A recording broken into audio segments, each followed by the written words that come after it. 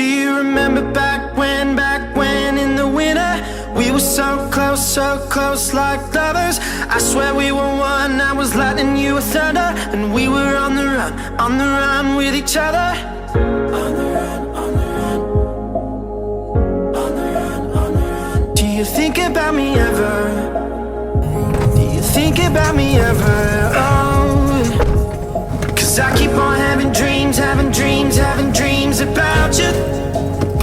And I keep on waking up with Hello and welcome to the Mango 86 channel. Today I'm going to talk about the highly debated topic on whether you should buy this car if you live in a city where there's snow. My short answer, yes, buy it. My long answer, well, here it comes. This car is phenomenal to drive in the winter. Now, before I drove a Mazda 3, and that car is front wheel drive. And that car, although it was easy to drive in the winter, this is how I like to explain it. With the front wheel drive cars, it was easy to drive in the winter, maneuverable, but the second you lose traction or something goes wrong, it's hard to bring it back. Whereas when I had my FRS, sure, like this car is very tail happy and things like that, but if I ever lost traction or anything like that, it's so easy to maneuver back and so much easier to control than when I had my Mazda 3. And that's like how I like explaining it to people. And the other thing is, you're not gonna drive this car in the winter and intentionally drift unless you want to, which is really fun, don't get me wrong, but you're not gonna do that. And if you do that with any car, it's like you're asking for it. Of course you're gonna crash because you're basically asking for it. You're not in an environment where, you know, you can drift and things like that. So if you're trying to, you put the traction control off, you don't put winter tires on this car, you're asking for it. So all those people that are crashing these cars and things like that, a lot of times, and this is gonna butthurt a lot of people, but a lot of times it's not the car's fault, it's their fault.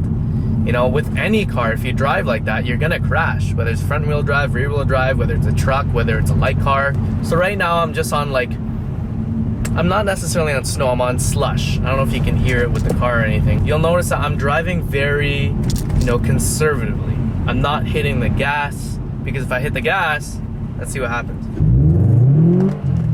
Right away you'll notice I slid, okay? That's because I floored it and there's snow on the ground.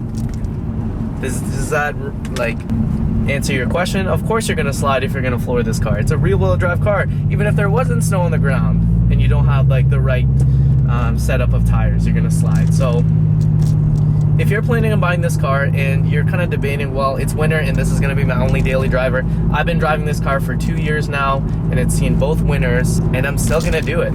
Although if I do get a winter car in the future, my answer to that is just because I want to preserve the car. I'm gonna say it again.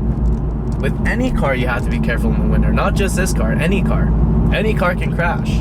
It's just the way you drive it. And that's basically my take on how, this is what it's like driving in the winter. I love driving this car in the winter. You have the option if you wanted to go crazy and drift in the parking lot if you wanted to. But on the safe side, just drive carefully back home. And this is a great car to own in the winter. I mean, now the downsides, it's very low to the ground, things like that. You might hit something, blah, blah, blah.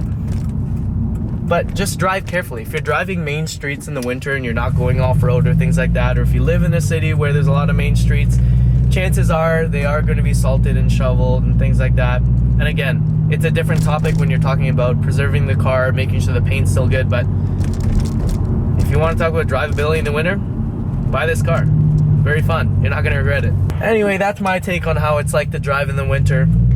Please let me know if you like these kind of videos or things like that. I think, I like doing these videos because I like talking and driving, things like that. I finally figured out how I can mount my tripod in the car and it not move around a lot. So hopefully this works. When I edit it, I'll find out. But I love making this video. Super easy to make. So. And again, if you have any suggestions or any questions on this car and you want me to make a video on it stuff, let me know in the comment section below. You know what to do. Leave a like, please. It helps me so much. Subscribe. I want to do a Q&A video, so get me to the 500 mark because that's when I decided I'm going to do the Q&A video when I have 500 subscribers. So again, leave a like, subscribe. The comment section is open for you down below, and I will see you guys next time.